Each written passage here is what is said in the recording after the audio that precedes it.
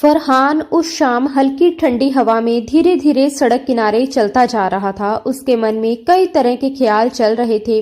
तभी उसकी नजर फुटपाथ पर बैठी एक छोटी सी लड़की पर पड़ी, जिसकी उम्र लगभग 13-14 साल रही होगी।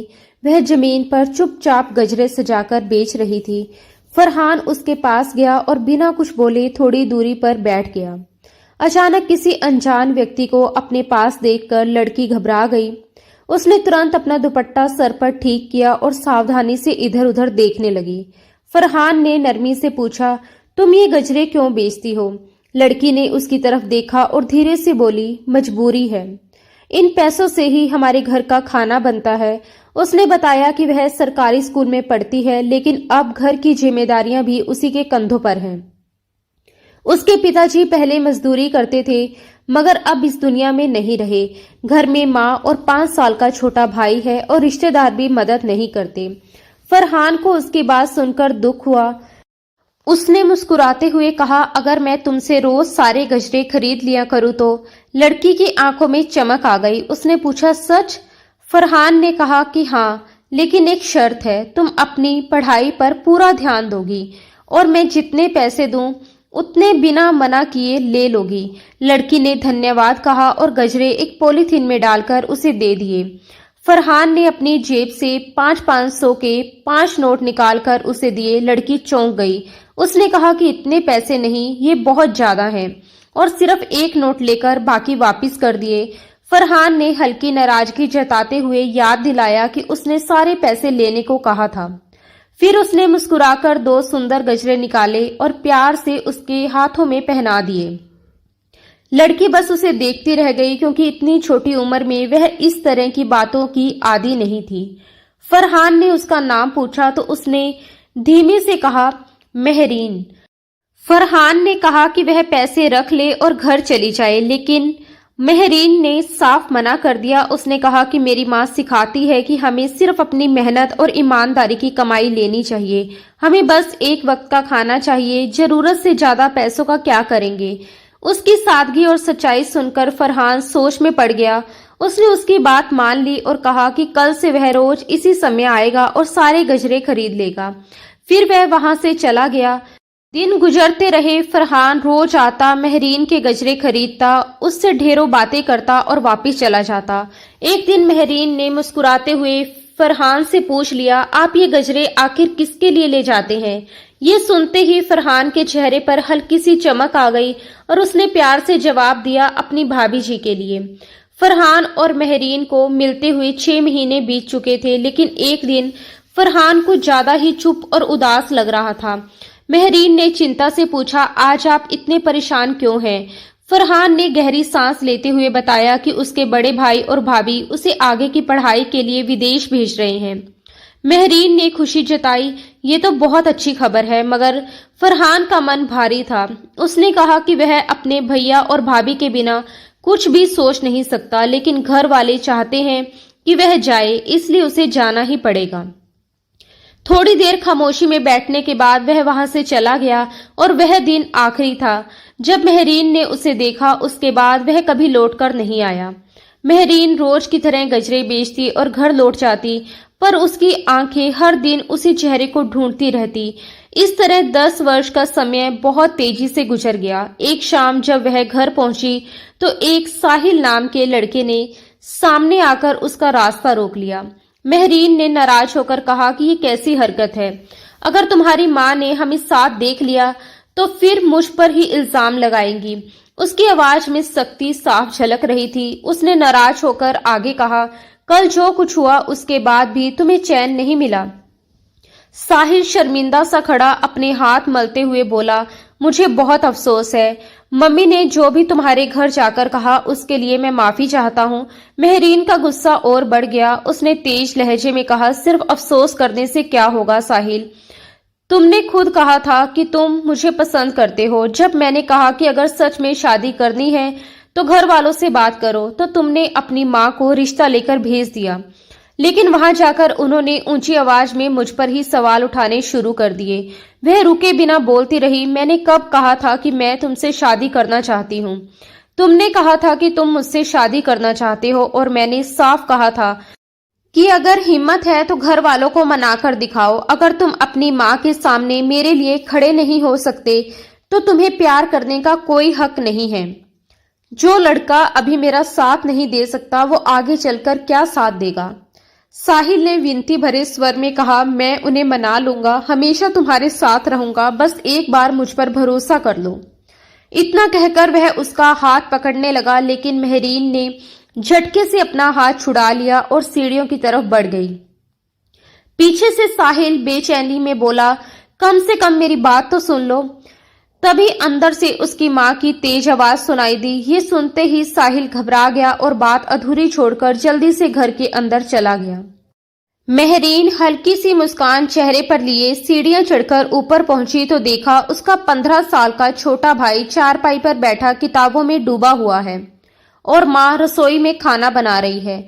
भाई ने धीमी आवाज में कहा, दीदी, सर ने कहा है अगर इस महीने के आखिर तक फीस जमा नहीं हुई तो मैं मैट्रिक के पेपर नहीं दे पाऊंगा। ये सुनकर मेहरीन उसके पास बैठ गई, प्यार से उसके बाल सहलाए और बोली, चिंता मत करो, मैं एडवांस ले लूंगी। मेरी नौकरी लग गई है। माँ भी पास आ गई और हैरानी से पूछने लगी, कौन सी नौकरी और कितनी तनख्वाह मिलेगी। मेहरीन ने नजरें झुकाकर जवाब दिया, एक स्कूल में टीचर की जॉब मिली है, बच्चों को पढ़ाना होगा, 15-16 हजार दे देंगे। माँ ने हल्की चिंता के साथ कहा, इतने पैसों में घर कैसे चलेगा। मेहरीन ने तुरंत संभालते हुए कहा कि अभी कम है तो क्या हुआ, धीरे धीरे बढ़ जाएंगे। आपने ही तो कहा था कि मैंने सिर्फ इंटर तक पढ़ाई की है, ऐसे में इतनी नौकरी मिलना भी बड़ी बात है। माँ ने गहरी सांस लेकर बात मान ली और वापस रसोई में चली गई। कमरे में अकेली रह गई मेहरीन ने अपने हाथों की लकीरों को देखा और मन ही मन बोली, माँ माफ करना, मैं आपसे झूठ बोल रही हूँ। मुझे होटल में सिर्फ 5,000 की नौकरी मिली थी, इतने में घर नहीं चल सकता था, इसलिए मुझे ये फैसला लेना पड़ा। अगली सुबह वह बहुत जल्दी उठी, चुपचाप तैयार हुई और रिक्शा लेकर शहर के एक बड़े होटल के सामने पहुंच गई। अंदर स्टाफ रूम में उसकी दोस्त शबनम पहले से मौजूद थी। उसने जल्दबाजी में कहा, फटाफट यूनिफॉर्म बदल लो, आज एक बड़ा बिजनेसमैन आने वाला है। सर ने कहा है कोई कमी नहीं रहनी चाहिए, उसकी बहुत जरूरी मीटिंग है। ये सुनते ही मेहरीन ने बिना कुछ कहे जल्दी जल्दी यूनिफॉर्म बदली और अपने काम में लग गई। आज उसका पहला दिन था, इसलिए उसके दिल की धड़कनें तेज थी और हाथों में हल्की घबराहट साफ महसूस हो रही थी। कुछ देर बाद वह शबनम के साथ एक बड़े कमरे में कॉफी देने गई। दरवाजा खटखटाया तो अंदर से बच्चे के जोर जोर से रोने की आवाज आ रही थी। कौन है? अंदर से एक थकी हुई आवाज आई। रूम सर्विस, शबनम ने जवाब दिया। दरवाजा खुला और वे दोनों अंदर गई। एक आदमी बच्चे को कंधे से लगाए फोन पर किसी की बात सुन रहा था। जैसे ही वह मुड़ा, मेहरीन उसे देखकर एक पल को सन्न रह गई, लेकिन उसने तुरंत खुद को संभाल लिया। शबनम ने जल्दी से कॉफी तैयार की और उसकी तरफ बढ़ा दी। मेहरीन चुपचाप एक कोने में खड़ी रही, जैसे बर्तनों को ठीक कर रही हो, पर उसकी नजर बार बार उस रोते हुए बच्चे पर जा रही थी। बच्चा मानो चुप होने का नाम ही नहीं ले रहा था। वह आदमी परेशान होकर बोला, प्लीज बाबू शांत हो जाओ, पापा को परेशान मत करो। उसकी आवाज में थकान और बेबसी साफ थी। मेहरीन की आंखों में हल्की नमी आ गई। वह धीरे से आगे बढ़ी और बोली, सर अगर आप चाहें तो बच्चे को मुझे दे दीजिए। वह आदमी तुरंत गुस्से में बोला, नहीं, तुम लोग बच्चे को संभाल नहीं सकते, बस दिखावा करने आ जाते हो। मेहरीन को बुरा लगा, लेकिन उसने शांत रहकर कहा, एक बार कोशिश करने दीजिए, आप आराम से कॉफी पी लीजिए। उसने कुछ पल उसे देखा, फिर बोला, ठीक है, लेकिन यही मेरे सामने रहना। मेहरीन ने बच्चे को गोद में लिया, प्यार से थपथपाया और धीमी आवाज में लोरी गुनगुनाने लगी। उसकी आवाज में अजीब सी मिठास थी। कुछ ही मिनटों में बच्चा उसके कंधे पर सर रखकर सो गया। उसने बहुत संभाल कर उसे बिस्तर पर लिटाया और चारों तरफ तकिया लगा दिया। जब वह मुड़ी तो देखा कि फरहान शाह चुपचाप उसे देख रहा है। उसने वॉलेट से 5,000 रुपए निकालकर उसकी तरफ बढ़ाए और कहा, थैंक यू, ये तुम्हारा इनाम है। मेहरीन ने साफ शब्दों में जवाब दिया, सॉरी सर, हर काम की कीमत नहीं होती, मैंने ये पैसे लेने के लिए नहीं किया। इतना कहकर वह बाहर निकल गई। शबनम पीछे पीछे आई और नाराज होकर बोली, तुम पागल हो क्या? ले लेती पैसे, आधे आधे कर लेते। मेहरीन ने शांत लेकिन दृढ़ आवाज में कहा, मैं ऐसे पैसे क्यों लूं? मेरी कोई डील नहीं थी। मैंने सिर्फ इंसानियत में मदद की है और इंसानियत की कोई कीमत नहीं होती। और ये खुद को समझते क्या है, हर चीज को पैसों में तोलते हैं। शबनम ने हैरानी से पूछा, हमेशा मतलब? क्या तुम इन्हें पहले से जानती हो? मेहरीन ने बिना कुछ कहे सिर हिला दिया और दोनों बाकी कमरों में काम करने चली गई। थोड़ी देर बाद जब मेहरीन स्टाफ रूम में बैठकर खाना खा रही थी, तभी मैनेजर घबराया हुआ उसके पास आया और बोला, जल्दी चलो, फरहान सर बहुत गुस्से में हैं। उन्हें तुम्हारा नाम भी नहीं पता था, इसलिए ढूंढ नहीं पा रहे थे। उनका बच्चा फिर से बहुत रो रहा है, प्लीज जल्दी चलो। मैनेजर की बात सुनते ही मेहरीन ने जल्दी से अपना टिफिन बैग में रखा, बैग कंधे पर डाला और उसके साथ तेजी से कमरे की तरफ चल दी। थोड़ी ही देर में वह फिर से फरहान शाह के कमरे में थी। अंदर वही हाल था, बच्चा लगातार रो रहा था और फरहान उसे चुप करवाने की कोशिश में पूरी तरह थक चुका था। मेहरीन ने जैसे ही बच्चे को अपनी गोद में लिया, वह कुछ ही पलों में शांत होकर उसे देखने लगा। फरहान झुंझलाते हुए बोला, क्या बात है बाबू, मैं इतनी देर से तुम्हें चुप करा रहा था और तुम मान ही नहीं रहे थे। वह ऐसे बोल रहा था जैसे छोटा सा बच्चा उसकी हर बात समझ रहा हो।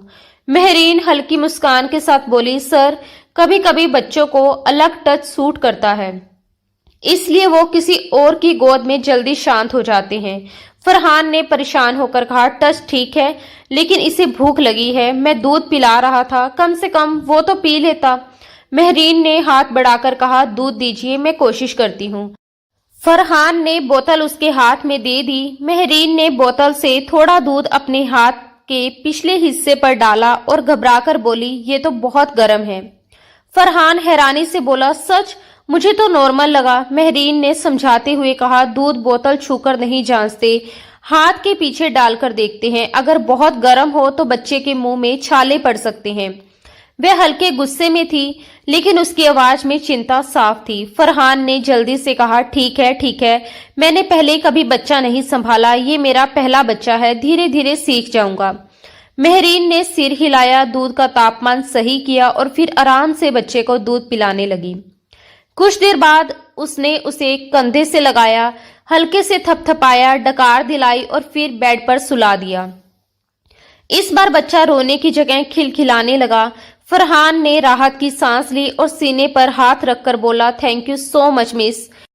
इस बार उसके लहजे में गुस्सा नहीं बल्कि सच्ची कृतज्ञता थी और उसने पैसे देने की गलती भी नहीं दोहराई। मेहरीन बिना कुछ बोले कमरे से बाहर निकल गई। घर पहुंची तो उसकी माँ दरवाजे पर ही चिंतित खड़ी मिली। उन्होंने सख्त आवाज में पूछा, क्या अब रोज इतनी देर से आया करोगी? मेहरीन ने नजरें झुकाकर जवाब दिया, जी, शाम 5 बजे तक स्कूल की ड्यूटी है, फिर बच्चों को ट्यूशन भी पढ़ानी होती है। ये कहते हुए उसने फिर एक झूठ बोल दिया। वह चुपचाप अपने कमरे में गई, कोने में रखा बड़ा सा बॉक्स खोला, अंदर कई सूखे हुए गजरे बहुत संभाल कर रखे थे। उन्हें देखते ही उसकी आंखें भर आई। उसने जल्दी से दुपट्टे से आंसू पोंछे और बक्सा बंद कर दिया। रात को वह गहरी नींद में थी कि अचानक फोन की घंटी बजी। स्क्रीन पर अनजान नंबर था। उसने कॉल उठाई तो दूसरी तरफ से बच्चे के रोने की आवाज आ रही थी। फिर एक जानी पहचानी आवाज सुनाई दी, हेलो मिस, मेरी आवाज आ रही है? यह फरहान शाह था। मेहरीन चौंक गई, तुरंत उठकर कमरे का दरवाजा बंद किया और धीमे स्वर में बोली, जी सर, इतनी रात को फोन क्यों किया? फरहान ने थकी हुई आवाज में कहा, सॉरी, मुझे पता है सोने का समय है, लेकिन मेरा बेटा 2 घंटे से रो रहा है, प्लीज उसे वही लोरी सुना दीजिए जो आपने आज दोपहर को सुनाई थी। मेहरीन झुंझलाकर बोली, क्या मैं आधी रात को लोरी गाऊं ताकि घर वाले जाग जाएं? फरहान ने विनती की, प्लीज, वह बहुत रो चुका है, सो नहीं रहा, आपकी आवाज सुनकर ही सोया था। उसकी मजबूरी सुनकर मेहरीन ने दरवाजा अच्छी तरह बंद किया और धीरे धीरे लोरी गुनगुनाने लगी। कुछ पल बाद फरहान बोला, 1 मिनट, आपका व्हाट्सएप नंबर है? वीडियो कॉल कर लेते हैं, उसे आपका चेहरा भी दिखेगा। मेहरीन ने साफ जवाब दिया, मेरे पास साधारण बटन वाला फोन है सर, उसमें व्हाट्सएप नहीं चलता। फरहान हैरानी से बोला, आज के समय में ऐसा फोन कौन इस्तेमाल करता है? मेहरीन ने हल्के तंज के साथ कहा, हम जैसे लोग सर, जिनके पास 2 वक्त की रोटी के लिए ही पैसे होते हैं, हमारे फोन सिर्फ जरूरत के लिए होते हैं, दिखावे या मनोरंजन के लिए नहीं। उसकी बात सुनकर फरहान कुछ पल के लिए बिल्कुल चुप हो गया। महरीन ने धीरे धीरे लोरी गुनगुनानी शुरू की। पहले तो समीर की सिसकियां चलती रही, लेकिन कुछ ही पलों में उसकी आवाज की मिठास जैसे शब्दों के दिल तक उतर गई। रोना कम हुआ, फिर वह बिल्कुल शांत होकर सुनने लगा। दूसरी तरफ फरहान शाह चुपचाप कॉल रिकॉर्ड कर रहा था। लोरी खत्म होते होते समीर गहरी नींद में जा चुका था। फरहान ने धीरे से फोन काटा, मोबाइल एक तरफ रखा और पैंट की जेब में हाथ डालकर खिड़की के पास जा खड़ा हुआ। आसमान में चमकते चांद और तारों को देखते हुए वह बुदबुदाया, भैया भाभी, आप लोग मुझे इतनी बड़ी जिम्मेदारी देकर क्यों चले गए? एक बार भी नहीं सोचा कि मैं समीर को कैसे संभालूंगा। उसकी आंखें नम थी। वह जैसे बचपन की उन कहानियों को याद कर रहा था जिनमें कहा जाता था कि अपने चले गए लोग तारे बन जाते हैं। फिर उसने सिर झटका और वापस बिस्तर के पास आया जहां उसका नन्हा समीर चैन से सो रहा था।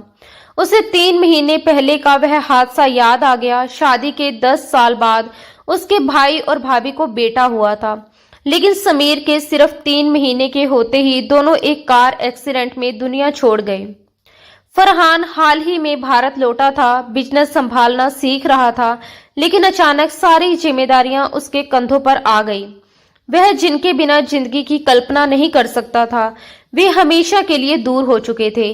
साथ ही समीर की पूरी जिम्मेदारी भी उसी पर आ गई थी।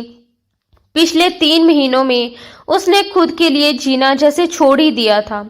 दिन रात बस बच्चे की देखभाल में लगा रहता। उसने अब तक 10 साया बदल डाली थी, लेकिन किसी की लापरवाही से समीर बार बार बीमार पड़ जाता। एक दिन ऑफिस से लौटकर उसने देखा कि समीर को दूध पिलाया जा रहा है। जैसे ही उसने फीडर देखा, वह गुस्से से भर गया। बोतल गंदी थी, दूध भी ठीक नहीं लग रहा था। वह जोर से चिल्लाया और उसी वक्त आया को निकाल दिया। उसके बाद उसने तय किया कि वह समीर को अपने साथ ही रखेगा। ऑफिस में बच्चे के रोने से स्टाफ परेशान होने लगा, इसलिए मजबूरी में उसने पास के एक होटल में कमरा ले लिया जहां वह मीटिंग्स भी कर सके और बच्चे को भी संभाल सके। उसी होटल में एक दिन मीटिंग के दौरान समीर लगातार रो रहा था और तभी महरीन अंदर आई थी और उसने पल भर में समीर को चुप करवा दिया था। उस याद से बाहर निकलकर फरहान सो गया। अगले दिन वह फिर समीर को लेकर उसी होटल रूम में आया। वह प्रेजेंटेशन तैयार कर रहा था कि समीर फिर से रोने लगा। परेशान होकर उसने मैनेजर से कहा कि उस लड़की महरीन को बुलाया जाए। महरीन कमरे में आई तो फरहान ने सीधे कहा, मिस महरीन, प्लीज समीर को संभाल लीजिए। अगर आप इसके बदले पैसे लेना चाहें तो मुझे कोई दिक्कत नहीं, बल्कि मैं आपको एक ऑफर देता हूं। आप ये वेटर की नौकरी छोड़ दीजिए और सिर्फ मेरे बच्चे की देखभाल कीजिए। यहाँ जितना कमाती हैं उससे 3 गुना दूंगा। पिछली आया को मैं 50,000 देता था, अगर आप कहें तो 1 लाख भी देने को तैयार हूँ। वह जल्दी जल्दी बोलता जा रहा था और महरीन उसे हैरानी से देखती रह गई। एक बच्चे को संभालने के इतने पैसे? आप मजाक कर रहे हैं क्या सर?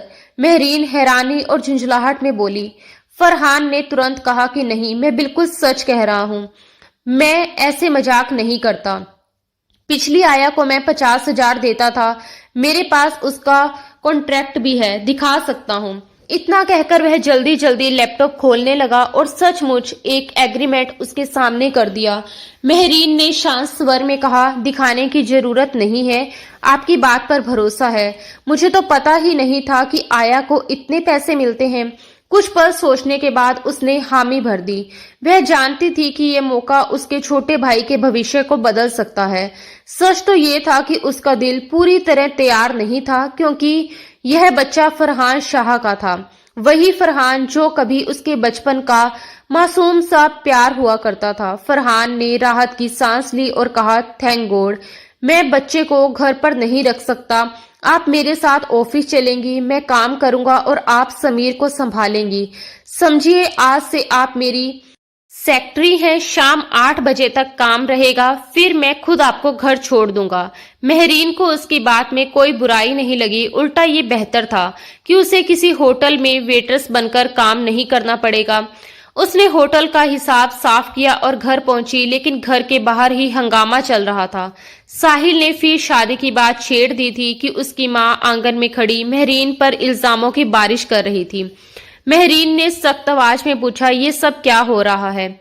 आंटी ताना मारते हुए बोली, लो आ गई आवारागर्दी करके, जिसके आने जाने का कोई ठिकाना नहीं, उससे मेरा बेटा शादी करना चाहता है। पता नहीं कौन सा काम करती फिरती है।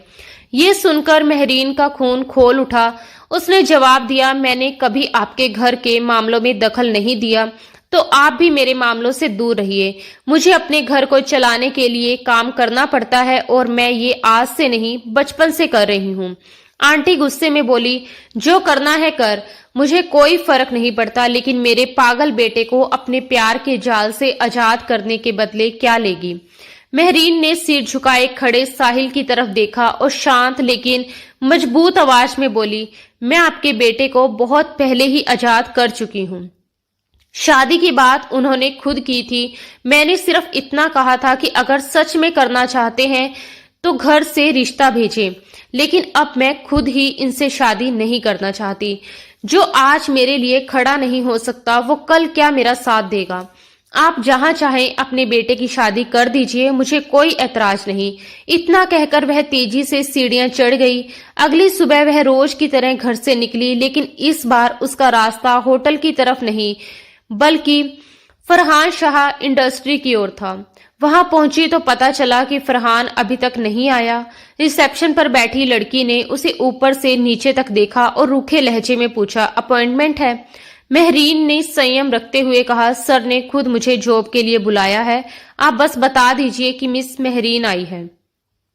रिसेप्शनिस्ट ने अनमने ढंग से सिर हिलाया, लेकिन कई बार कहने के बाद भी उसने अंदर खबर नहीं की। महरीन के फोन में बैलेंस भी नहीं था कि वह खुद कॉल कर सके। थककर वह एक कुर्सी पर बैठ गई। काफी देर बाद फरहान शाह ऑफिस आया। समीर को कैरियर में लिटाए वह सीधे अपने कैबिन में चला गया। अंदर पहुंचते ही उसने रिसेप्शनिस्ट को बुलाकर मीटिंग की बातें शुरू कर दी। लगभग 1 घंटा बीत गया और महरीन बाहर इंतजार करते करते गुस्से से भरी बैठी रही।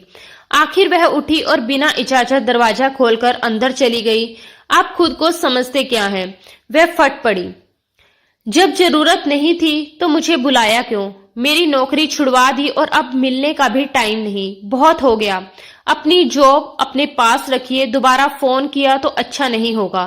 फरहान हड़बड़ा कर खड़ा हो गया। आई एम सॉरी, मुझे सच में पता नहीं था कि आप बाहर बैठी हैं। मुझे लगा आप आई ही नहीं। महरीन ने गुस्से में कहा, मैं सुबह 8 बजे से बैठी हूँ, अब 11 बज रहे हैं। ये आने का वक्त है आपका, और अगर आ गए थे तो बाहर भी देख लेते। मैंने रिसेप्शन पर कई बार कहा, लेकिन उन्होंने आपसे बात ही नहीं करवाई। ऐसा स्टाफ रखा है आपने? वह लगातार बोलती जा रही थी और फरहान बार बार माफी मांग रहा था। उसके लिए ये अजीब पल था।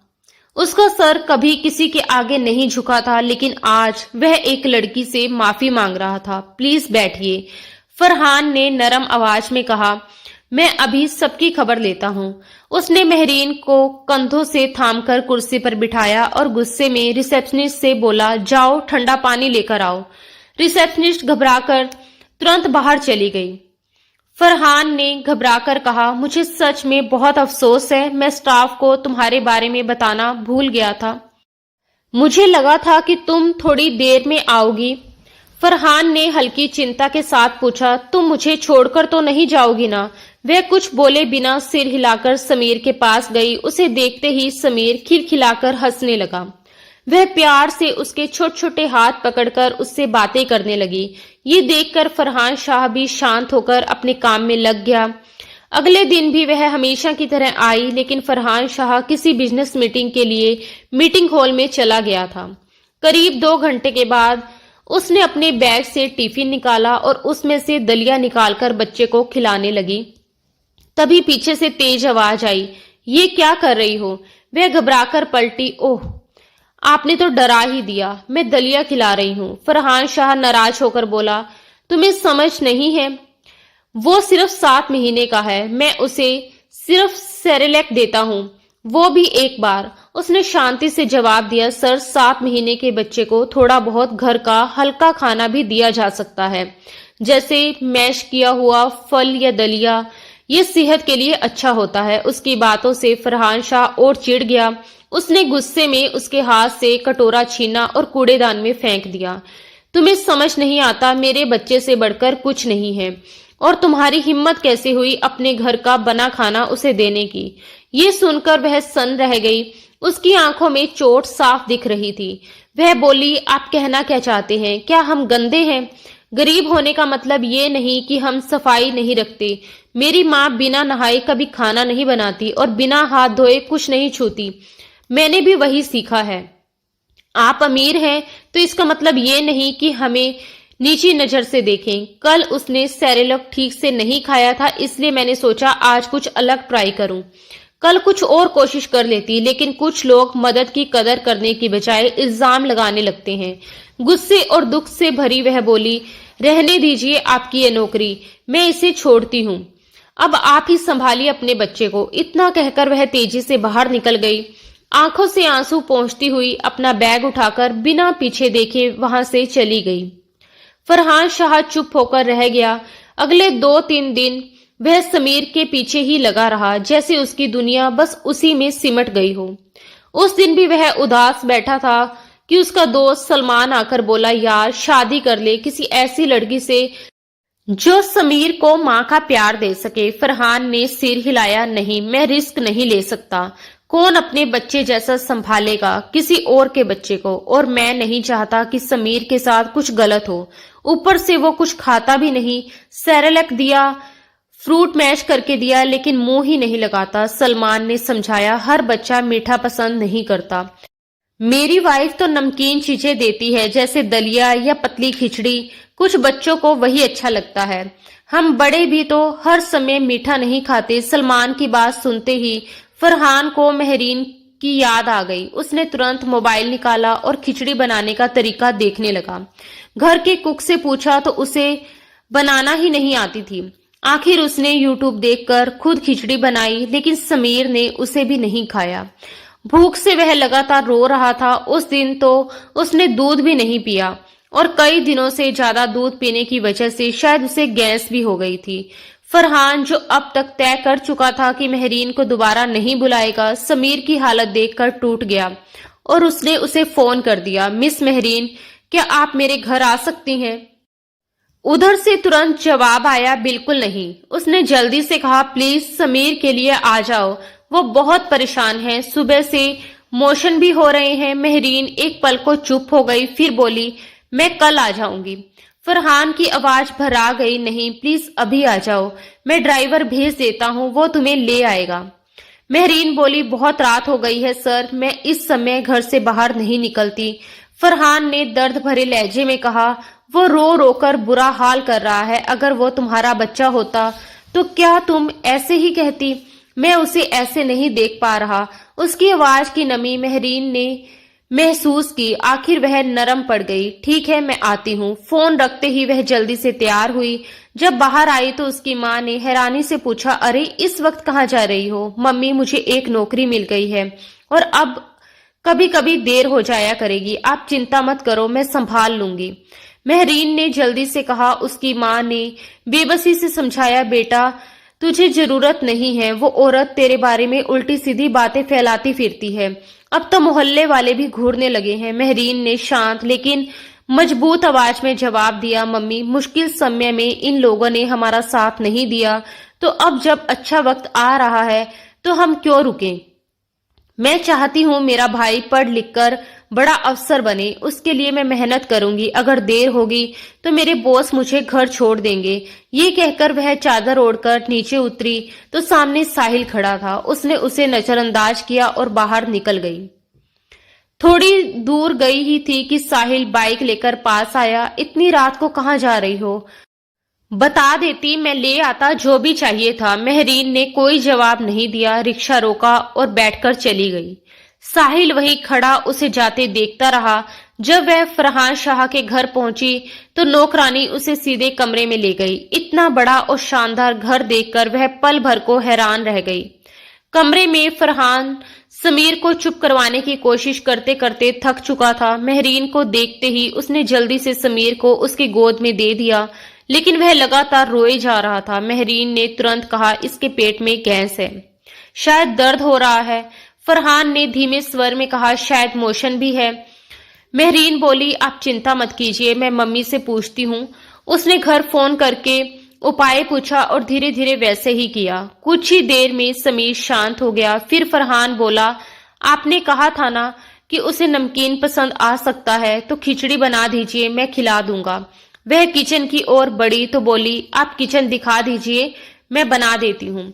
किचन में पहुंचकर उसने देखा सब बिखरा पड़ा है। इतना सुंदर किचन यूं अस्त व्यस्त देखकर उसे बुरा लगा।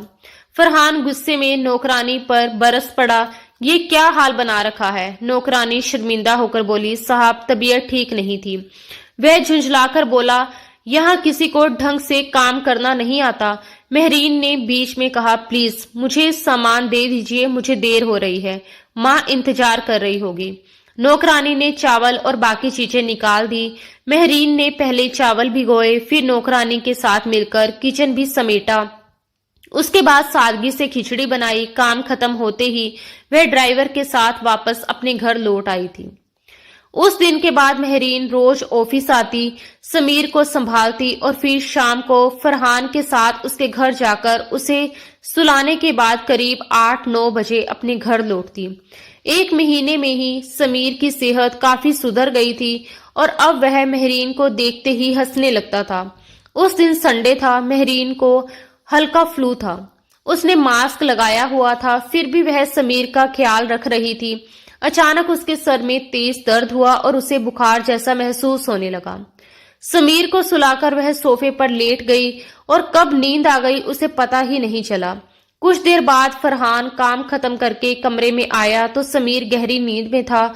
उसके दोनों ओर तकिए लगे हुए थे। तभी उसकी नजर सोफे पर सोई महरीन पर पड़ी। वह चौंका और धीरे से उसके पास आया। उसके चेहरे पर मास्क देखकर उसने हल्के से उतारा तो वह घबराकर उठ बैठी। उसकी आंखें लाल थी। आप ठीक हैं? उसने पूछा और माथे पर हाथ रखा तो वह गर्म था। आपको तो तेज बुखार है, तबीयत खराब थी तो छुट्टी ले लेती, वह बोला। महरीन ने उसकी तरफ देखा। उसकी आंखों में थकान और अपनापन दोनों था। वह धीमे से बोली, माँ छुट्टी नहीं लेती सर। ये सुनकर फरहान ठिठक गया। आप उसकी माँ नहीं है, सिर्फ दाई है, उसने सख्त लहजे में कहा। महरीन हल्का सा मुस्कुराई।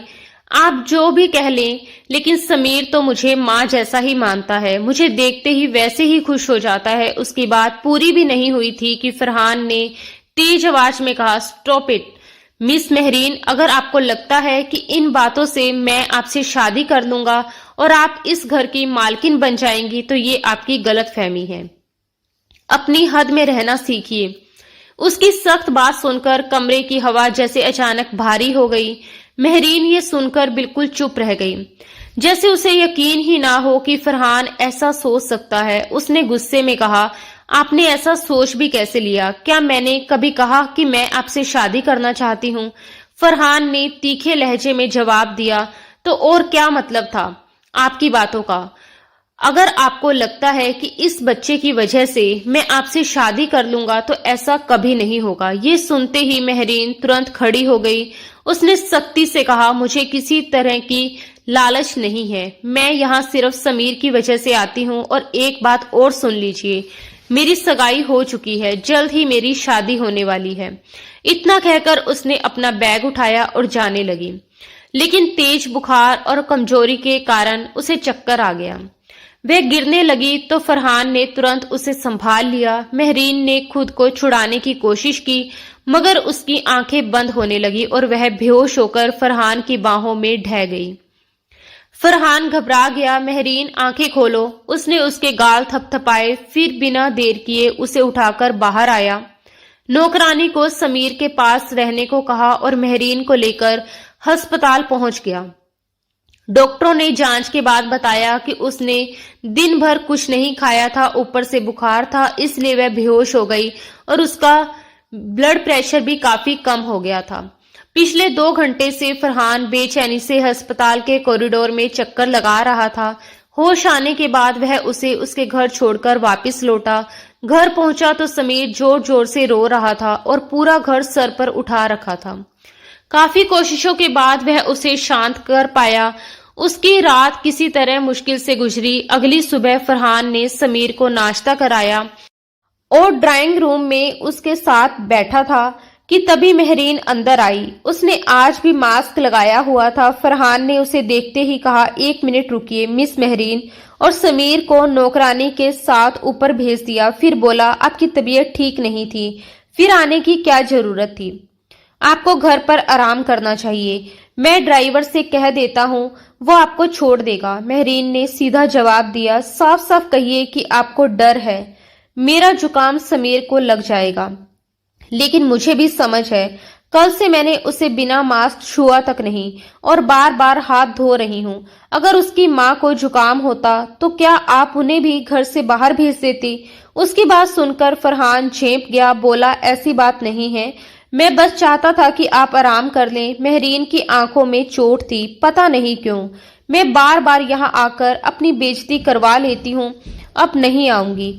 जब आप मेरी बीमारी में समीर को संभाल सकते हैं तो आगे भी संभाल लीजिएगा।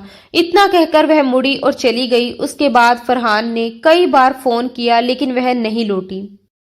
इधर फरहान दिन भर समीर को अकेले संभालते संभालते थक जाता। समीर भी जैसे जिद पर था, उसे एक पल की राहत नहीं देता। एक रात तो हाल और खराब हो गया। बहुत देर तक सुलाने की कोशिश के बाद भी जब वह नहीं चुप हुआ तो झुंझलाकर फरहान ने उसे थप्पड़ मार दिया। समीर और जोर जोर से रोने लगा और रोते रोते ही सो गया। मेहरीन अपने कमरे में बिल्कुल चुप और खोई हुई बैठी थी। उसकी आंखें दीवार पर टिकी थी, लेकिन दिमाग में ढेर सारे ख्याल घूम रहे थे। दिल में अजीब सी बेचैनी थी। कभी उसे अपनी नौकरी का ख्याल आता, कभी समीर का मासूम चेहरा याद आता, तो कभी लोगों की बातें उसके कानों में गूंजने लगती। वह समझ नहीं पा रही थी कि जिंदगी उसे किस मोड़ पर ले आई है। एक तरफ जिम्मेदारियां थी, दूसरी तरफ लोगों की सोच। वह बस गहरी सांस लेकर खुद को संभालने की कोशिश कर रही थी। थोड़ी देर बाद सीढ़ियों से आवाज आई। दरवाजा खुला तो आंटी और साहिल मिठाई का डिब्बा हाथ में लिए अंदर आए। आंटी के चेहरे पर बनावटी मुस्कान थी। वह बड़े प्यार से बोली, मेरा साहिल तो मान ही नहीं रहा था। मैंने भी सोचा कि मुझे अपने बेटे की खुशी के बारे में सोचना चाहिए, इसलिए रिश्ता लेकर आ गई हूँ। उनकी आवाज में मिठास थी, लेकिन मेहरीन को वह मिठास अजीब लग रही थी। कुछ दिन पहले तक वही आंटी मोहल्ले में उसके बारे में उल्टी सीधी बातें करती फिरती थी, और आज अचानक इतना अपनापन। मेहरीन बस उन्हें देखती रह गई, कुछ समझ नहीं पा रही थी। थोड़ी देर सामान्य बातें करने के बाद आंटी ने उसे इशारे से एक कोने में बुलाया। वहां पहुंचकर उनका लहजा बदल गया। उन्होंने धीमी आवाज में कहा, तुमसे एक जरूरी बात करनी है। देखो, तुम नौकरी मत छोड़ना। आजकल तो मियाँ बीवी दोनों मिलकर कमाए तभी घर चलता है। तुम्हारी नौकरी बहुत अच्छी जगह लगी है, उसे करती रहना। मेहरीन चुपचाप सुनती रही। फिर आंटी ने असली बात कही, और हाँ, अगर तुम्हारे पास 5,000 रुपए हो तो मुझे दे दो, दुकान में लगाने हैं, थोड़ी जरूरत है। अब सब साफ हो चुका था। मेहरीन समझ गई कि अचानक आया ये अपनापन क्यों है। 2 दिन पहले ही फरहान ने अपने ड्राइवर के हाथ पैसे भेजे थे और आंटी ने अपनी आंखों से उसे पैसे लेते देखा था। तभी से उनका रवैया पूरी तरह बदल गया था। जहां पहले ताने थे वहां अब मिठास थी, जहां पहले बदनामी थी वहां अब रिश्ता था। मेहरीन के दिल में हल्की सी कसक उठी, लेकिन उसने कोई सवाल नहीं किया, कोई बहस नहीं की। वह चुपचाप उठी, अपने पर्स तक गई, उसे खोला और उसमें से 5,000 रुपए निकालकर आंटी के हाथ में रख दिए। उसके चेहरे पर ना खुशी थी ना गुस्सा, बस एक खामोश समझदारी थी। 2 दिन पहले ही फरहान ने अपने ड्राइवर के हाथों पैसे भेजे थे और आंटी ने आंखों के सामने उसे पैसे लेते देखा था, इसलिए उसका व्यवहार आज बदल चुका था। आंटी उसे ढेरों दुआएं देती हुई चली गई। जाते जाते उन्होंने शादी की बातें भी ऐसे की जैसे सब कुछ तय हो चुका हो, अब बस शहनाइयां बजनी बाकी हों। उनके चेहरे पर खुशी थी, लेकिन वह खुशी मेहरीन के दिल तक नहीं पहुंच पा रही थी। दरवाजा बंद होते ही घर में अजीब सा सन्नाटा फैल गया। मेहरीन धीरे धीरे चलकर खिड़की के पास गई और आसमान की तरफ देखने लगी। उसके मन में उथल पुथल मची हुई थी। एक तरफ जिम्मेदारियां थी, दूसरी तरफ लोगों की बदलती सोच। उसे साफ समझ आ चुका था कि आंटी का बदला हुआ व्यवहार प्यार या अपनापन नहीं, बल्कि पैसों की चमक थी।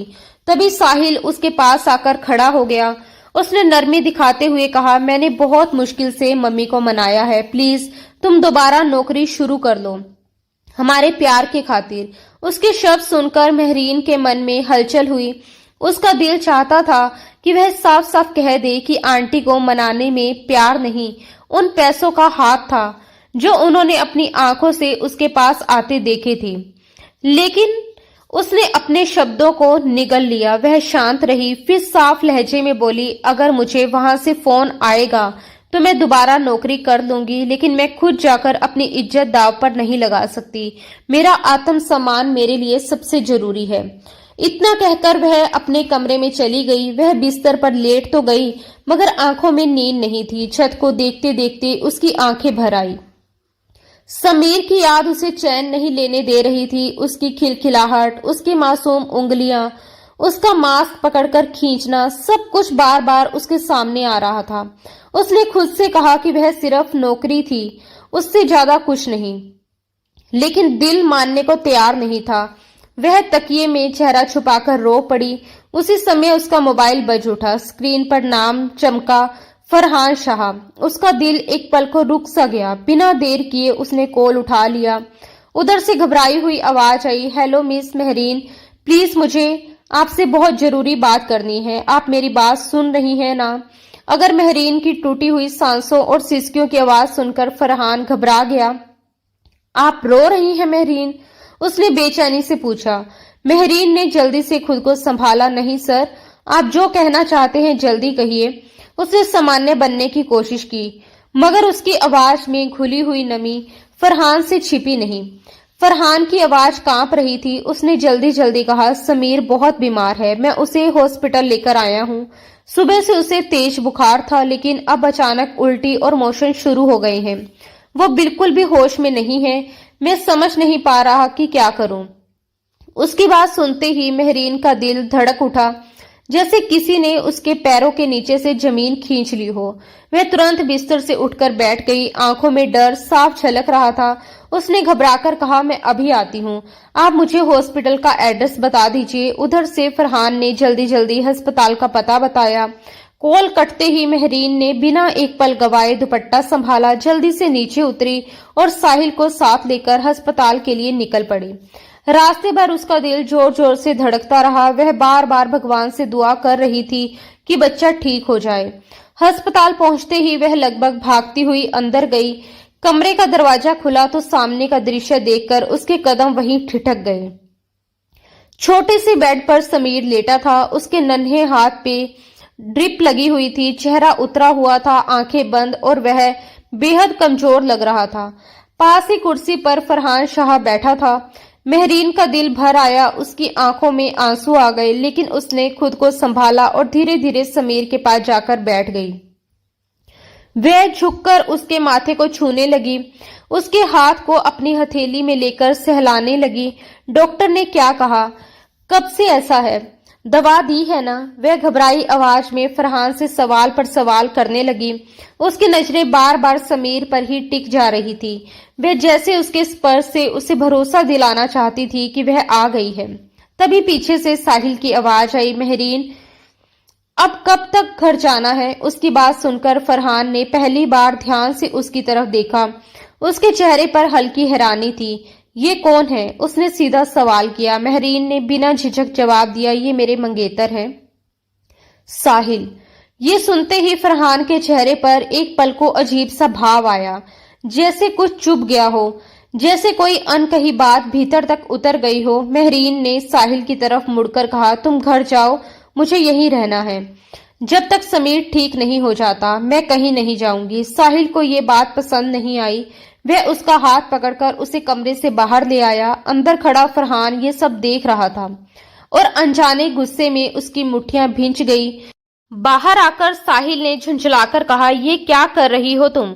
इस तरह रात भर यहाँ रहना ठीक लगता है क्या?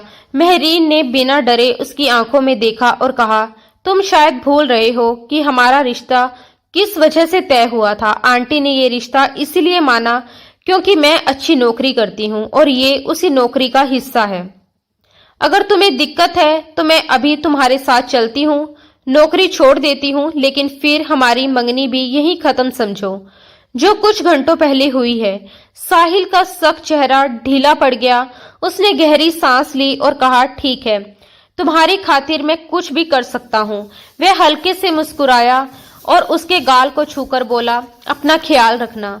ये पूरा दृश्य कमरे के अंदर शीशे के पास बैठे फरहान ने देखा। उसके चेहरे पर नाखुशी साफ झलक रही थी। उसे यह सब बिल्कुल अच्छा नहीं लगा। साहिल वहां से चला गया। मेहरीन चुपचाप वापस कमरे में आई, स्टूल खींचकर समीर के पास बैठ गई।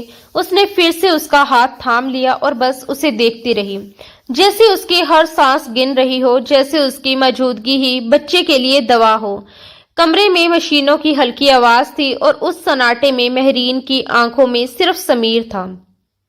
सोफे पर बैठा फरहान मोबाइल स्क्रीन पर नजरें टिकाए हुए था, लेकिन उसकी निगाहें बार बार अनायास ही उसकी ओर उठ जाती थी, जैसे वह हर पल उसकी मौजूदगी को महसूस करना चाहता हो। अगली शाम तक समीर की तबीयत में काफी सुधार हो चुका था। डॉक्टरों ने छुट्टी दे दी और वे उसे लेकर घर लौट आए। घर पहुंचते ही समीर जैसे पूरी तरह मेहरीन से लिपट गया। वह उसकी गोद से उतरने का नाम ही नहीं ले रहा था, जैसे उसकी बाहों में ही उसे सुकून, सुरक्षा और अपना संसार मिल गया हो। मेहरीन भी उसे सीने से लगाए धीमे धीमे उसके बालों में हाथ फेरती रही, मानो अपने अंदर की सारी बेचैनी उसी स्पर्श में छुपा देना चाहती हो। कुछ देर बाद फरहान उसके पास आकर बैठ गया। उसकी आवाज में झिझक भी थी और गंभीरता भी। कुछ पूछना था आपसे। पूछ सकता हूँ, मेहरीन ने शांत स्वर में कहा। आपको मुझसे इजाजत लेने की क्या जरूरत है, पूछिए।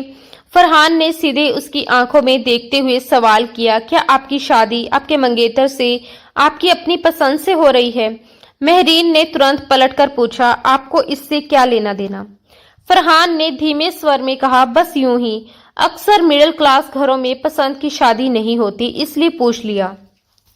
मेहरीन कुछ क्षण चुप रही, फिर बहुत धीमे मगर स्पष्ट शब्दों में बोली, मुझे खुद नहीं पता कि मैं उससे प्यार करती हूँ या नहीं, लेकिन वह मुझसे प्यार करता है और मैंने हमेशा यही सुना कि जो आपसे प्यार करता है उसका हाथ थाम लेने में देर नहीं करनी चाहिए, क्योंकि जो आपसे प्यार करता है वह आपके लिए कुछ भी कर सकता है और शायद यही औरत की सबसे बड़ी खुशी होती है। फरहान ने उसकी बात पूरी होने दी, फिर गंभीर लहजे में बोला, मगर मुझे तो ऐसा नहीं लगा कि वह आपसे सच में प्यार करता है। कल मैंने जो सुना, अगर आपका रिश्ता आपकी अच्छी सैलरी की वजह से तय हुआ है, तो जो इंसान आपको बिना शर्त अपनाने की हिम्मत नहीं रखता, वह प्यार कैसे कर सकता है? जो सच में मोहब्बत करते हैं वह दुनिया से लड़ जाते हैं, अपनी मोहब्बत को पाने के लिए हर हद पार कर जाते हैं। मेहरीन हल्का सा मुस्कुराई, मगर उस मुस्कान में कड़वाहट थी। ये सब फिल्मी बातें हैं, हकीकत इतनी आसान नहीं होती। मुझे नहीं लगता कि मेरी जिंदगी में कोई ऐसा आएगा जो बिना किसी स्वार्थ के मेरा हो। जो भी आता है बस कुछ वक्त के लिए दिल बहलाने के लिए आता है। उसकी आवाज भरा गई थी, लेकिन उसने खुद को संभाले रखा। फरहान ने बेहद संजीदगी से कहा, मेरा मशवरा मानिए, इस शादी के बारे में एक बार फिर सोच लीजिए। जो इंसान आपको बिना शर्त अपना नहीं सकता वह कभी आपके लिए खड़ा नहीं होगा। मेहरीन का स्वर इस बार तीखा हो गया। आपके मशवरे का शुक्रिया, मुझे अपना अच्छा बुरा अच्छे से पता है। फरहान ने हल्की नाराजगी और उलझन के साथ पूछा, तुम हमेशा इतना कड़वा क्यों बोलती हो, खासकर मेरे साथ? कभी कभी तो लगता है जैसे मैंने तुमसे कुछ छीन लिया हो। मेहरीन ने नजरें झुका ली। आपको मुझसे इतना फ्री होने की कोई जरूरत नहीं है और मैं अपनी खुशी या गम किसी के साथ शेयर नहीं करती। फरहान थोड़ा और करीब झुका। उसकी आवाज नरम थी, अगर ऐसा है तो मेरी आंखों में देखकर कहो। पता नहीं क्यों तुम्हारी आंखें हमेशा कुछ कहती सी लगती हैं। कोई शिकवा, कोई शिकायत अगर है तो बता दो। मेहरीन ने तुरंत नजरें फेर ली, जैसे उसकी आंखों का सामना करना उसके लिए सबसे मुश्किल काम हो। उसी वक्त फरहान के फोन की घंटी बजी। वह कॉल रिसीव करने के लिए बाहर चला गया। कमरे में फिर से सन्नाटा छा गया, मगर इस बार मेहरीन के होठों पर हल्की मुस्कान थी। वह समीर के साथ खिलखिलाकर बातें करने लगी और समीर उसकी आवाज सुनकर खुशी से किलकारियां मारने लगा, जैसे उस मासूम की हंसी में ही इस उलझी हुई कहानी का सबसे सच्चा सुकून छिपा हो। शाम को साहिल उसे लेने आया और दोनों चुपचाप घर लौट आए। जैसे ही वह अंदर गई, आंटी ने उत्साह से शादी की तारीख निकलवाने की बात छेड़ दी। मौलवी जी से बात हुई और इसी महीने की आखिरी की तारीख तय हुई। ये सुनते ही मेहरीन के भीतर जैसे कुछ ठहर गया। चेहरे पर हल्की मुस्कान थी, लेकिन दिल अजीब सी खामोशी में डूब गया। सब खुश थे, पर वह खुद अपने ही विचारों में खोती जा रही थी। अगली सुबह वह रोज की तरह शाह इंडस्ट्री पहुंची तो देखा कि फरहान समीर को गोद में लिए बैठा है। आप उसे खिला पिलाकर फ्रेश कर दीजिए, मैं तैयार होकर ऑफिस के लिए निकलूंगा। वह उठते ही बोला। मेहरीन ने तुरंत कहा, क्यों, आज मैं आपके साथ ऑफिस में नहीं रहूंगी। फरहान ठहर कर उसकी तरफ मुड़ा। नहीं, इसकी कोई जरूरत नहीं, मुझे यकीन है कि आप मुझसे बेहतर तरीके से समीर का ख्याल रख सकती हैं। इतना कहकर वह चला गया। नाश्ते के बाद वह ऑफिस तो पहुंच गया, लेकिन उसका ध्यान काम में बिल्कुल नहीं लग रहा था। बार बार मन घर की ओर भागता। उसे खुद समझ नहीं आ रहा था कि मेहरीन की मौजूदगी उसे इतनी अच्छी क्यों लगने लगी है। वह बस उसे देखता रहना चाहता था। सुबह से कई बार उसने मेहरीन को वीडियो कॉल किया, बहाना समीर को देखने का, लेकिन असल में उसकी नजर मेहरीन को ढूंढ रही होती थी। वह आमतौर पर दोपहर में घर नहीं आता था, मगर उस दिन अचानक लौट आया। लंच का समय था, घर में सन्नाटा पसरा था। नौकरानी टीवी देख रही थी। उसे देखते ही घबराकर खड़ी हो गई। साहब जी, आप इस वक्त समीर को देखने आया हूं, वो कहाँ है? अभी खाना खिलाकर मेहरीन उन्हें सुलाने कमरे में ले गई है, उसने जवाब दिया। फरहान बिना कुछ कहे सीधे कमरे की ओर बढ़ गया। अंदर हल्की रोशनी थी। वह धीरे धीरे कदम रखते हुए पास पहुंचा। बेड पर समीर सो रहा था और मेहरीन भी उसके पास झुकी सी बैठी थी। शायद थकान में आंख लग गई थी। उस मध्यम रोशनी में उसका चेहरा बेहद शांत लग रहा था। फरहान कुछ पल उसे देखता रहा, जाने किस खिंचाव में उसने हाथ बढ़ाकर उसके चेहरे पर आए बालों को हटाना चाहा। अचानक मेहरीन चौंक कर उठ बैठी। क्या कर रही हैं आप? वह घबराकर बोली और जल्दी से दुपट्टा संभाल लिया। फरहान जैसे अपने होश में नहीं था। वह एक कदम और बढ़ा। उसका हाथ उसके गाल तक पहुंचा ही था कि मेहरीन ने जोर से उसे धक्का दे दिया और खुद बेड से उतरकर दूर खड़ी हो गई। फरहान फिर भी उसकी ओर बढ़ा। मेहरीन पीछे हटती गई जब तक कि उसकी पीठ दीवार से नहीं लग गई। उसी क्षण कमरे की लाइट जल उठी। तेज रोशनी में दोनों आमने सामने खड़े थे। एक के चेहरे पर बेचैनी और अनियंत्रित भाव और दूसरे की आंखों में डर और अविश्वास साफ दिखाई दे रहा था। कमरे का सन्नाटा अब पहले से कई ज्यादा भारी हो चुका था। फरहान ने दोनों हाथ उसके दाएं बाएं दीवार पर टिकाए और गहरी नजरों से उसकी आंखों में देखने लगा।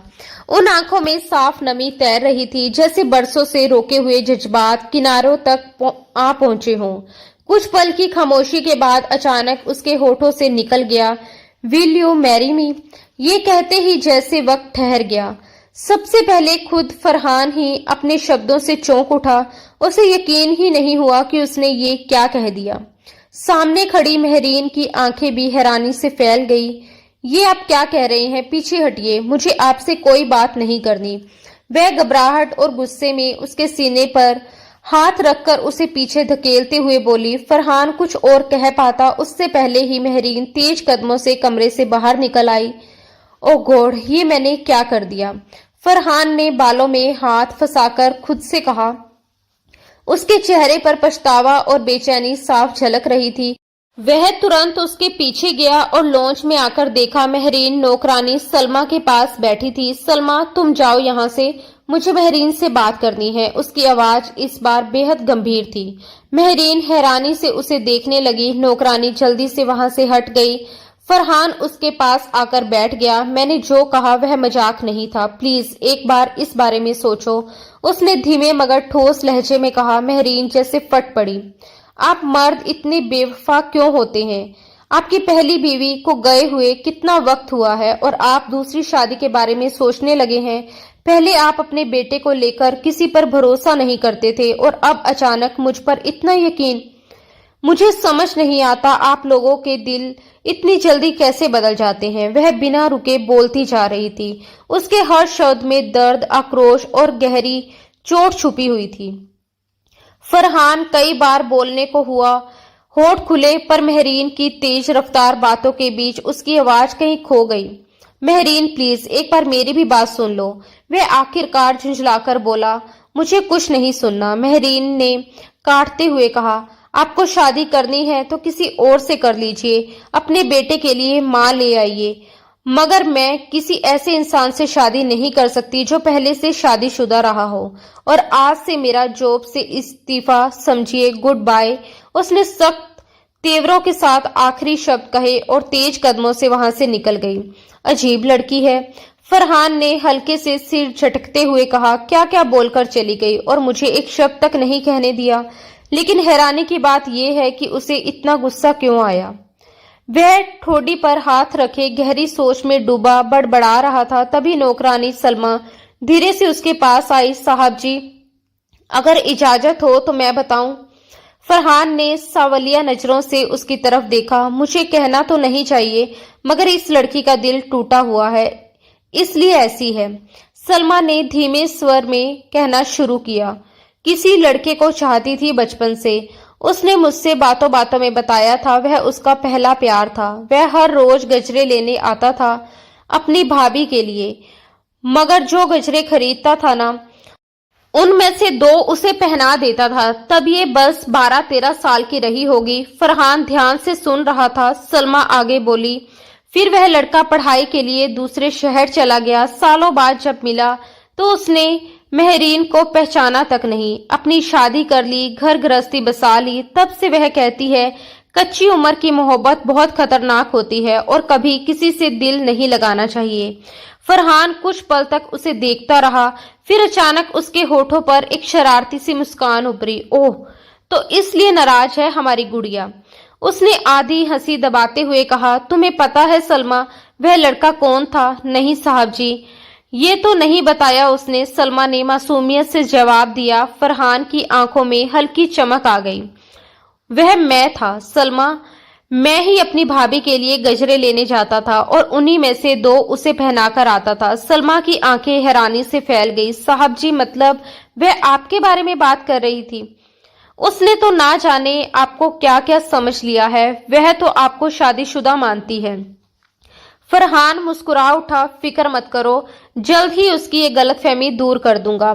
इतना कहकर वह उठ खड़ा हुआ और सुकून भरे कदमों से अपने कमरे की ओर बढ़ गया, जैसे अब उसके मन की सारी उलझनें सुलझ गई हों। अगले 2-3 दिन उसने पूरा ध्यान ऑफिस के काम में लगाया, लेकिन भीतर ही भीतर वह एक फैसला कर चुका था। तीसरे दिन सुबह उसने सलमा को साथ चलने को कहा। उसने तय कर लिया था कि अब और देर नहीं, वह खुद महरीन के घर जाकर उसका हाथ मांगेगा, ताकि हर गलतफहमी हमेशा के लिए खत्म हो जाए। इन 3 दिनों में महरीन ने जितना खुद को मजबूत दिखाने की कोशिश की थी, उतना ही अंदर से वह टूट रही थी। समीर की याद उसे हर पल बेचैन करती। कई बार उसका मन हुआ कि फोन उठाकर बस उसकी आवाज सुन ले, पूछ ले कि उसने खाना खाया या नहीं, मगर कहीं ना कहीं उसे उम्मीद थी कि फरहान ही पहले फोन करेगा उसे मनाने के लिए, लेकिन फोन नहीं आया। आज सुबह जब वह घर की सफाई करके नीचे उतरी तो देखा आंटी अपनी बेटियों के साथ शॉपिंग करके लौटी थी। हाथों में बड़े बड़े बैग थे और चेहरे पर बनावटी रोब। अरे, तुम आज भी जॉब पर नहीं गई? आंटी ने तीखे स्वर में पूछा। मैंने जॉब छोड़ दी, महरीन ने सहजता से कहा और बेंच पर बैठ गई। सोचा अब शादी होने वाली है तो जरूरत ही क्या है, बस इतना सुनना था कि जैसे तूफान आ गया। क्या मतलब जॉब छोड़ दी? आंटी का स्वर ऊंचा हो गया। मैंने तो ये रिश्ता इसीलिए तय किया था कि लड़की अच्छी कमाई करती है, दहेज ना सही, कम से कम कमाई तो होगी जिससे मेरा घर ठीक से चल सके। और ये तो नौकरी छोड़कर बैठ गई। मेरी तरफ से तो अब साफ इनकार है। महरीन की मां घबराकर नीचे आई। क्या हुआ? आंटी ने बिना लाग लपेट के जहर उगला। बिना दहेज के कोई लड़की को बहू नहीं बनाता आजकल। शक्ल सूरत से घर नहीं चलता, पैसा चाहिए पैसा। सुंदरता तो पैसे से भी निखारी जा सकती है। मम्मा, ये क्या कह रही हो? साहिल हड़बड़ाकर बोला। मैंने कह दिया तो कह दिया, शादी तभी होगी जब ये नौकरी करेगी, वरना मेरी तरफ से ना समझो। आंटी ने अंतिम फैसला सुना दिया। साहिल महरीन के पास आया। महरीन, प्लीज बोलो ना कि तुम नौकरी करोगी। मैं गारंटी देता हूँ मम्मा, ये जॉब करेगी। करोगी ना? महरीन ने शांत लेकिन बेहद ठंडे स्वर में कहा, नहीं करूंगी। और सच कहूं तो मैं खुद भी यही चाहती हूँ कि ये रिश्ता यहीं खत्म हो जाए। साहिल स्तंभ रह गया। तुम हर वक्त अपनी नकली मोहब्बत का ढोल पीटते रहते हो। महरीन आगे बोली, अगर सच में प्यार करते तो अपनी माँ के सामने एक बार मेरे लिए खड़े होते। जब अपनी माँ से नहीं लड़ सकते तो मेरे लिए दुनिया से क्या लड़ पाओगे? उसके शब्द शांत थे, लेकिन उनमें ऐसी सच्चाई थी जिसने साहिल को चुप करवा दिया। आंटी तिलमिला उठी। देखो तो जरा, कितनी लंबी जुबान हो गई है। अपने आप को समझती क्या है? तेरे लिए कोई राजकुमार आएगा जो बिना दहेज के तुमसे शादी कर लेगा। अगर कोई ले भी गया ना तो कोई भिखारी ही होगा। मैं तो कहती हूँ हर गुरुवार जो भिखारी दरवाजे पर आता है उसी को दे दो इसे। इतना कहना था कि पीछे से एक गहरी, मजबूत और ठंडी आवाज गूंजी। और अगर कोई अमीर आदमी आ जाए तो? सबकी नजरें एक साथ पीछे मुड़ी। दरवाजे पर फरहान खड़ा था। उसकी बाहों में समीर था जो मासूमियत से सबको देख रहा था। फरहान हल्की मुस्कान के साथ सबकी ओर देख रहा था। उसके चेहरे पर आत्मविश्वास साफ झलक रहा था। जैसे ही समीर की नजर महरीन पर पड़ी, उसने तुरंत दोनों हाथ उसकी ओर फैला दिए और खिलखिलाकर हंसने लगा। वह मासूम हंसी पूरे माहौल की कड़वाहट को जैसे पल भर में पिघला गई। महरीन खुद को रोक नहीं पाई। वह तेजी से आगे बढ़ी और समीर को अपनी गोद में उठा लिया। बार बार उसके गालों पर चुंबन देती रही, जैसे 3 दिनों की सारी दूरी एक ही पल में मिटा देना चाहती हो। समीर उसके कंधे से लिपट गया। फरहान धीरे धीरे आगे बढ़ा और जोहरा बेगम के सामने आकर ठहर गया। उसकी आवाज शांत और संधी हुई थी। मेरा नाम फरहान शाह है। आपकी बेटी मेरे भतीजे की देखभाल करती रही है और इस दौरान मैंने उन्हें बहुत करीब से जाना है। मैं आपकी बेटी से शादी करना चाहता हूँ। आखिरी शब्द कहते हुए उसने महरीन की ओर मुस्कुराकर देखा। महरीन जैसे पत्थर की हो गई। उसकी आंखों में हैरानी, अविश्वास और कहीं गहरे छुपी खुशी एक साथ तैर रही थी। दूसरी ओर आंटी और उनकी बेटियों के चेहरे ईर्ष्या से तमतमा उठे। फरहान ने सहज स्वर में कहा, आंटी जी आइए, ऊपर कमरे में बैठकर आराम से बात करते हैं। वह बिना झिझक सीढ़ियों की ओर बढ़ गया। सब लोग उसके पीछे पीछे ऊपर आ गए। जोहरा बेगम की हालत घबराहट से खराब हो रही थी। वह जल्दी से कुर्सी खींचकर उसके पास बैठ गई और पंखा चला दिया। फरहान मुस्कुराया। आंटी जी आप परेशान मत होइए, यहीं बैठकर रिश्ता पक्का कर लीजिए। बस इतना बता दीजिए कि अपनी बारात लेकर किस दिन आऊं। फिर वह खुद उठकर जोहरा बेगम के कंधों को सहारा देते हुए उन्हें आराम से बिठा दिया। उसकी विनम्रता में एक दृढ़ता थी। महरीन अब भी चुपचाप समीर को थामे खड़ी थी। कुछ देर बाद जोहरा बेगम चाय बनाने के लिए नीचे चली गई। फरहान ने सलमा की तरफ देखा और मुस्कुराकर कहा, आप भी आंटी जी की मदद कर दीजिए, मुझे अपनी होने वाली बीवी से थोड़ी बात करनी है। सलमा मुस्कुराते हुए बाहर चली गई। अब कमरे में सिर्फ फरहान और महरीन थी। फरहान धीरे से उसके पास आया। उसने उसका हाथ थाम लिया। महरीन ने हाथ छुड़ाने की कोशिश नहीं की, बस उसकी ओर देखने लगी। तुम तो हमेशा बहुत कम बोलती थी, उसने हल्के मजाकिया अंदाज में कहा। फिर अचानक इतना सब कैसे बोलने लगी? महरीन ने उलझन भरी नजरों से उसे देखा। फरहान मुस्कुराया, यही सोच रही हो ना कि मुझे कैसे पता चला? तुम्हारे बिना बताए तो कभी नहीं पता चलता, लेकिन जिससे तुमने अपनी बात शेयर की थी उसी ने सब बता दिया। महरीन की पलकों पर नमी उतर आई। फरहान थोड़ा और करीब आया। आवाज में कोमलता थी। इतनी मोहब्बत करती थी तो बताया क्यों नहीं? महरीन ने धीमे स्वर में कहा, कैसे बताती? मुझे लगा कि आप शादीशुदा हैं और मैं कभी भी किसी ऐसे आदमी से मोहब्बत नहीं कर सकती जो पहले से किसी और का हो।